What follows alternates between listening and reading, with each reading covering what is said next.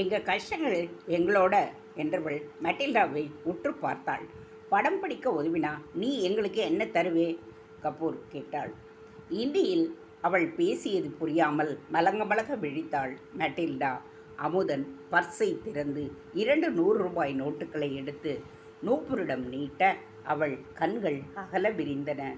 அந்தராவோ பேட்டி என்று மெட்டில்டாவை உள்ளே அழைத்தவள் அமுதனை கனிவுடன் பார்த்தாள். தம்பி, மன்னிச்சுக்கோ, உன்னை உள்ளே வான்னு சொல்ல ஆசைதான். ஆனால் வெளியில் நாக்க துருத்திக்கிட்டு காத்திருக்கின்ற நாய்களுக்கு இது தப்பாக தோணும். அவனை மட்டும் உள்ளே விட்டியே அப்படின்னு கூசாமல் கேட்கும். அதனால் நீ ஆத்தங்கரையோரமாக காத்துக்கிட்டேரு. உன்னுடைய சிநேகிதி படத்தை பிடிச்சிட்டு அங்கே வருவா. நூபுர் சொல்ல, அச்சா மாஜி என்று அமுதன் அங்கிருந்து அகன்றான். தாரகேஸ்வரி என்னும் இளம் விதவை தனக்கு தெரிந்த அரைகுறை ஆங்கிலத்தின் உதவியோடு மெட்டில்டாவுக்கும் நூபுருக்கும் இடையே மொழிபெயர்க்க உதவினாள். சத்திரத்தின் பாழடைந்த பகுதிகளை கிழிந்த சேலையுடன் ஜபம் செய்து கொண்டிருந்த கிழவிகளை, ஆற்றங்கரையிலிருந்து தண்ணீர் கொண்டு வந்த விதவைகளை என்று தன் கேமராவில் வகை வகையாக படம் பிடிக்க மெட்டில்டா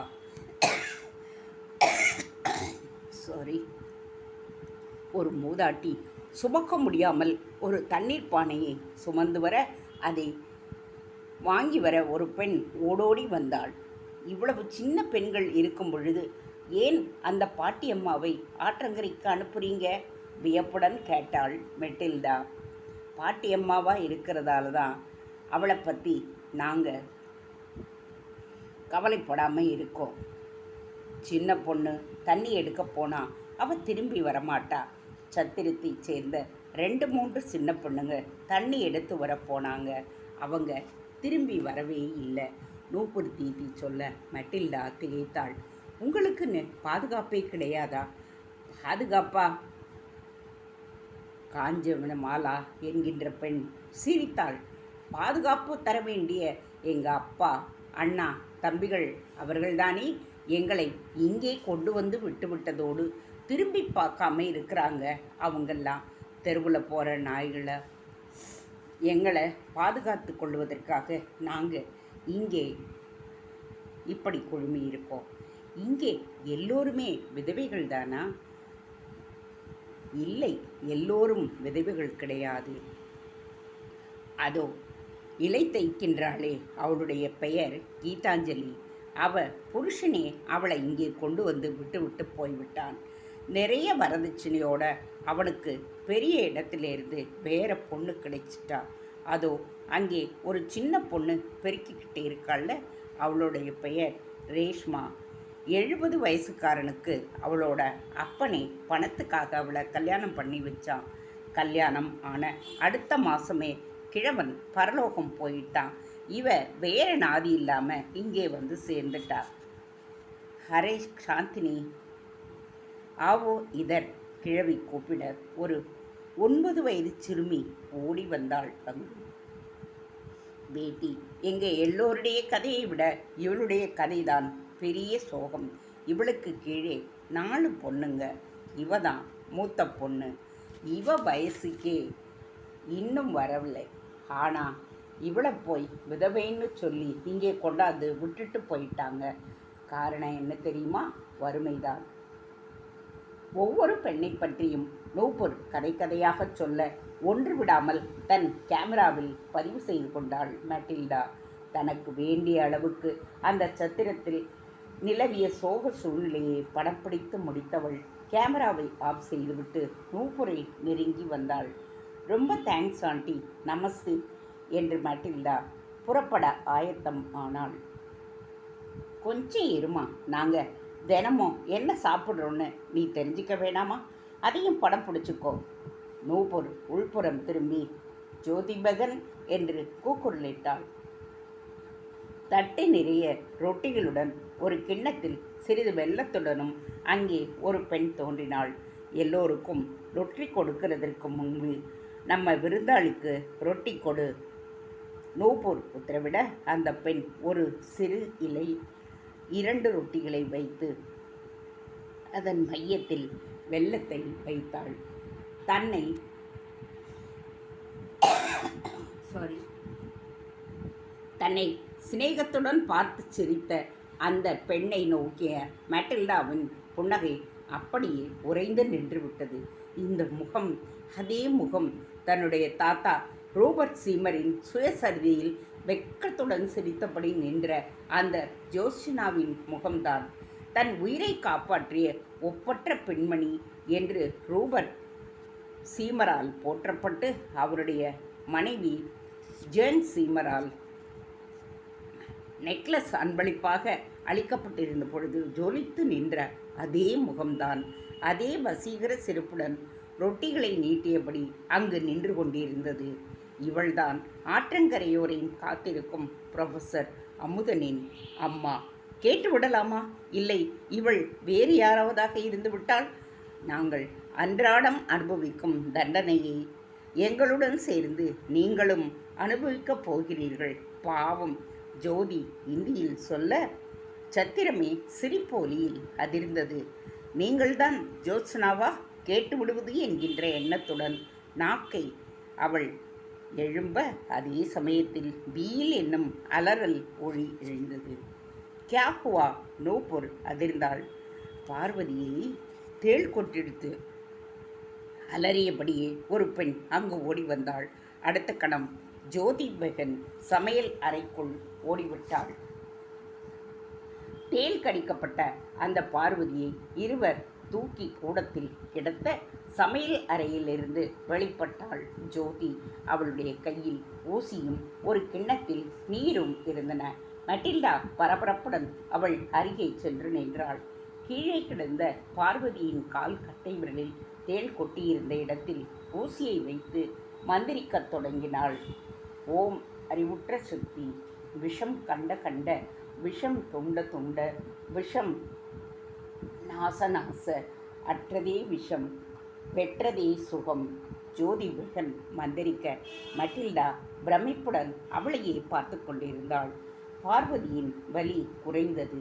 சமாளித்தபடியே எழுந்து உட்கார்ந்து விஷம் இறங்கிய நீரை வாசலில் கொட்டுவதற்காக சென்றாள் ஜோதி பெகன். மட்டில்டா அவளை பின்தொடர்ந்தாள். மேடம், ஜோத்சனா. திடுக்கிட்டு திரும்பி பார்த்தாள் ஜோதி. இந்த வெளிநாட்டுக்காரியில் என்னை ஜோத்சனா என்று அழைத்தாளா என்று விழித்து நின்றாள் ஜோதி. நீங்க தானே ஜோத்சனா, ஆறாவமுதனின் அம்மா? மேட் மீண்டும் மீண்டும் கேட்க கலவரத்துடன் அவளை பார்த்தாள் ஜோதி. ஒரே ஒரு கணம்தான் ஆமாம் என்று சொல்வதற்காக வாயை குவித்தவள் இல்லை என்று தலையை அசைத்துவிட்டு உள்ளே போக முயன்றாள். மேடம், உங்கள் பையன் உங்களை தேடி உலகம் பூரா சுற்றிக்கிட்டு இருக்கா. இப்போ இதோ குறிப்பிடு தூரத்தில் தான் இருக்கார். தயவுசெய்து அவரை வந்து பாருங்கள். அவளுடைய கையை பற்றி இழுத்தாள் மட்டில்டா. அவள் கரத்தை விலக்கினாள் ஜோதி. ஜோத்சனா செத்து போயிட்டா. நான் ஜோதி, உங்கள் பிள்ளை உங்களை பார்க்க துடிக்கின்றார். மட்டில்டா மீண்டும் சொன்னாள். எனக்கு மகனே இல்லை. என்னை விட்டுவிடு. எனக்கு நிறைய வேலைகள் இருக்கு. உள்ள பாரு, எத்தனை பேர் என்னை நம்பி இருக்கா. ஜோதி உள்ளே காட்டி அங்கு செல்ல முயன்றாள். அம்மாவை பார்க்கணும்னு அங்கே ஒரு பையன் சுற்றிக்கிட்டு இருக்கான். பார்க்கணும்னு தன்னையே உருக்கிக்கிட்டும் இருக்கான். தான் ஒரு உத்தமமான தாய் இல்லைன்னு பெயர் வாங்கினவர்.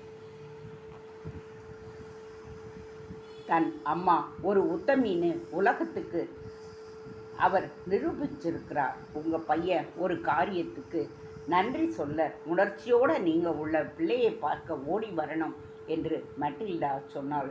மட்டில்டாவை விசித்திரமாக பார்த்தாள் ஜோதி. என்னம்மா சொல்கிற?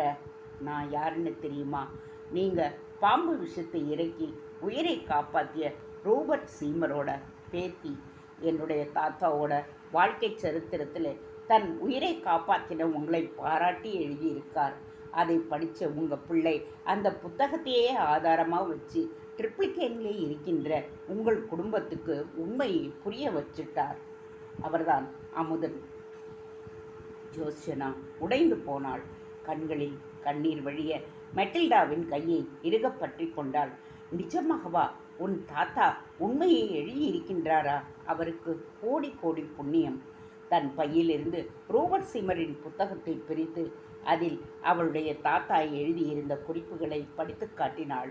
ஜோத்ஸ்னாவின் புகைப்படங்களையும் அவள் எடுத்து காட்டினாள். கண்ணீர் கண்களை மறைக்க அவள் நீட்டிய புத்தகத்தை தன் கையால் தடவிக்கொண்டே இருந்தாள் ஜோத்ஸ்னா. அவள் வாழ்க்கை முடிந்துவிட்டது என்று தனக்குத்தானே மங்களம் பாடியிருந்தாள். திடீரென்று இதோ சூரியோதயமாக ஒரு வெளிச்சம் தோன்றுகின்றது. மேட்டில்டாவை உணர்ச்சியுடன் அணைத்து கொண்டாள் ஜோதி. என் மகன் என்னை தேடறான்னு சொன்னதுக்காக உங்களை நான் கட்டிக்கல. நான் உத்தமிங்கிறது தான். என் பிள்ளையே அதை தெரிஞ்சிட்டான்னு சொல்கிறீங்களே, அதுக்காகத்தான் என்னுடைய நன்றி உங்களுக்கு. உணர்ச்சி பெருக்குடன் மேட்டில்டா நெற்றியில் முத்தமிட்டாள் ஜோத்ஸ்னா. இன்னும் ஏன் இங்கேயே நிற்கிறீங்க?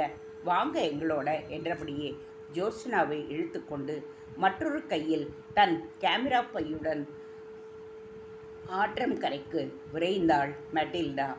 அமுதன் மறைந்து கொண்டிருந்த சூரியனை பார்த்தபடியே நின்றிருந்தான்.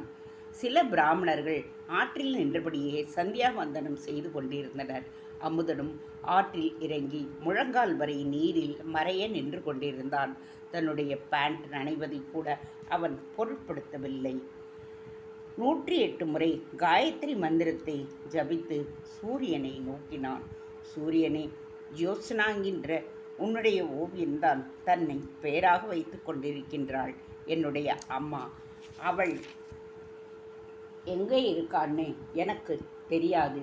எப்படியாவது அவளை என்கிட்டே கொண்டு வந்து சேர்த்துடு. நாளைக்கு நீ உதிக்கும் பொழுது என் மனசில் சந்தோஷம் நிறைஞ்சி இருக்கணும். பயபக்தியுடன் வேண்டிக் கொண்டான். மனம் சற்று லேசாக ஆற்றை விட்டு கரையேறினான். 2 படிகளை கடந்து அடுத்த படியில் கால் வைத்தவன் தற்செயலாக நிமிர்ந்தான். மேல்படியில் மேட்டில்டா இவனை சிரிப்புடன் பார்த்து கொண்டிருந்தாள். அவளுடைய கையை பற்றியபடியே நின்றிருந்தாள் ஒரு பெண். அவள் முகத்தை பார்த்தான். பள்ளியிலிருந்து வந்ததும் அம்மாவை தேடி வாசலுக்கும் புழக்கடைக்குமாக குழந்தையாக அள்ளாடினானே அமுதன். அப்பொழுது அவனிடம் கிளம்பிய அதே கேவல் ஒன்று 1/4 நூற்றாண்டுகள் கழித்து இப்பொழுது துக்க அலையாக அவனிடமிருந்து வெளிப்பட்டது. அம்மா படிகளில் தாவி ஏறினான் அமுதன். பள்ளிக்கு அவன் கிளம்பிய போது வழியப்பிய அதே முகம்தான் அவனுக்கு நினைவுக்கு வந்தது. அம்மா, நான் ஸ்கூலில் இருந்து வந்து விட்டேன். தன் காலடியில் விழுந்த அமுதனை அவள் அணைத்து கொண்டாள். தெரியுமடா, உனக்கு ரொட்டி பண்ணி வச்சிருக்கேன். தானும் அந்த நாளுக்கே பயணித்து விட்டாள் ஜோத்ஸ்னா. இவ்வளவு நாள் எங்கம்மா போயிருந்த? சுபத்ரா டீச்சர் ஆத்துக்கு போயிருந்தேன். அவளோட பேசிகிட்டே இருந்தேன்னா இப்போதான் உன்னோட ஞாபகம் வந்தது. நீ ஸ்கூலில் இருந்து பசியோடு வருவியேன்னு பதறி போய் ஓடி வர்ற. அமுதா, நீ எவ்வளவு பெரியவனா வளர்ந்துட்ட. ஜோத்ஸ்னா அவன் தலையை கோதிவிட்டாள். அப்பா தான் என்னை விட்டுட்டு போயிட்டாருடா. நீயும் ஏமா என்னை விட்டுட்டு போன? ஏக்கத்துடன் அமுதன் கேட்டான். இல்லைடா, நான் கூட இருந்தா உன்னுடைய எதிர்காலத்தை அது பாதிக்கும்னு தோணுச்சு. அதுதான் கிளம்பிட்டேன். சரி, இனிமே உன்னை விட்டுட்டு ஒரு கணம் கூட நான் இருக்க போகிறதில்ல. கிளம்பு, அமுதன் அழைத்தான். அவன் சொன்னதும் தான் தன்னுடைய நிலையே புரிந்தது ஜோத்ஸ்னாவுக்கு. இவனை நம்பி அந்த கோகுல சத்திரத்தில் நிறைய ஜீவன்கள் காத்து கொண்டிருக்கிறதே. அவர்களுக்கு யார் ரொட்டி செய்து தருவார்கள்? யார் அவர்களுக்கு பாம்பு கடி தேள் கடிக்கெல்லாம் மந்திரம் செய்து அவர்களின் வலியை போக்குவார்கள்? அதே சமயத்தில் இவ்வளவு வருஷங்களாக பிரிந்திருந்த மகன் இதோ இவளை அழைக்கின்றான். யாருக்காக இவள் இன்னும் உயிரை கைகளில் பிடித்து கொண்டு காத்திருந்தாளோ அவனே இவளை தேடிக்கொண்டு வந்து விட்டான். இப்போது என்ன செய்வது? தயக்கத்துடன் அமுதனை பார்த்தாள். அமுதா, இனிமே நான் உன்னோட வந்து என்ன செய்ய போகிறேன்?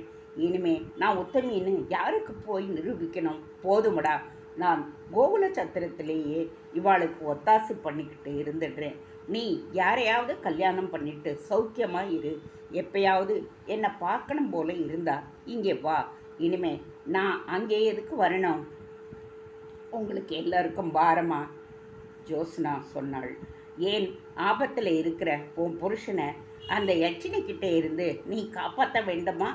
அது உன்னோட கடமை இல்லையா? தீயை மிதித்தவள் போல துடிதுடித்து போனாள் ஜோத்சனா. அப்பாவை பாத்தியா என்ன? உன்னையே இப்போத்தான் கண்டுபிடிச்சேன். இனிமே தான் அப்பாவை தேடணும். அதுக்கு உன்னோட உதவி தேவை. அப்பாவை எப்படியாவது அந்த யட்சினிக்கிட்டே இருந்து நாம் காப்பாற்றணும். அமுதன் சொல்ல அடுத்த நொடியே புருஷோத்தமனை பார்க்க வேண்டும் என்கின்ற ஆவல் அவளுக்குள் எழுந்தது. கொஞ்சம் இருட அமுதா, சத்திரத்துக்கு போய் அவகிட்ட போயிட்டு வரேன்னு சொல்லிட்டு வர்றேன். என் மேலே உயிரையே வச்சிருக்கா அவள்லாம். கண்களில் நீர் பொங்க சத்திரத்தை நோக்கி சென்ற அம்மாவை கனிவுடன் பார்த்தான் அமுதன். என் அம்மா எனக்கு கிடைத்து விட்டாள். சற்று முன் சூரியனை வேண்டிக் கொண்டதன் பயனோ? திரும்பி வானத்தை பார்க்க செந்நிற பந்தம் போல் காட்சி தந்தது. ஆற்றின் பின்னே இறங்கிக் கொண்டிருந்தார் சூரியன். உன் அம்மாவை கொண்டு வந்து சேர்த்து விட்டேன் என்கின்ற மனநிறைவோடு சூரியன் அடிவானில் மறைந்து போனான். நடந்த காட்சிகளை திக்பிரமை பிடித்தவளாக பார்த்து கொண்டிருந்தாள் மெட்டில்டா. அவளுடைய பெற்றோர்கள் விமான விபத்தில் இறந்தபோது கூட அவளுக்கு அழத் தெரியவில்லை.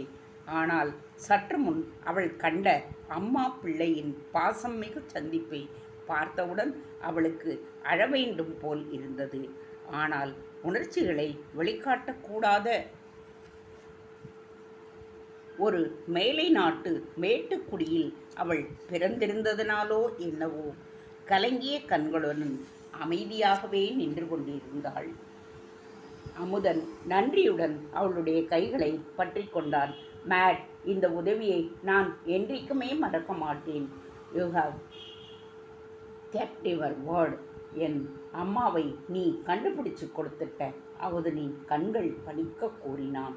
சிறிது நேரம் கழித்து மூட்டை முடிச்சுடன் ஜோஸ்னா வந்து சேர்ந்தாள். முகம் சந்தோஷத்தால் பூரித்திருந்தது. வலது கையில் சிறு மரப்பெட்டி ஒன்றை வைத்திருந்தாள். அமுதனிடம் அதை நீட்டினாள். இதை பத்திரமா வச்சுக்கோ. சென்னைக்கு போனதும் இதை பூஜை அறையில் வச்சுடணும். அவன் குரல் பயபக்தியுடன் ஒலித்தது. என்னம்மா இருக்கு இதில்? அமுதன் அந்த பெட்டியை திறக்க முயல ஜோசனா அவனை தடுத்தாள். இப்போ திறக்கக்கூடாது. அப்பா கிடைச்சதும் அவர் கையால் தான் இதை திறக்கணும். அது வரைக்கும் திறக்கக்கூடாது என்றாள். உள்ள என்னம்மா இருக்கு? அமுதன் வியப்புடன் கேட்டான். ரகசியம், பரம ரகசியம், ஜோத்ஸ்னா சொன்னாள். தேங்க்ஸ் ஃபார் வாட்சிங். Please subscribe.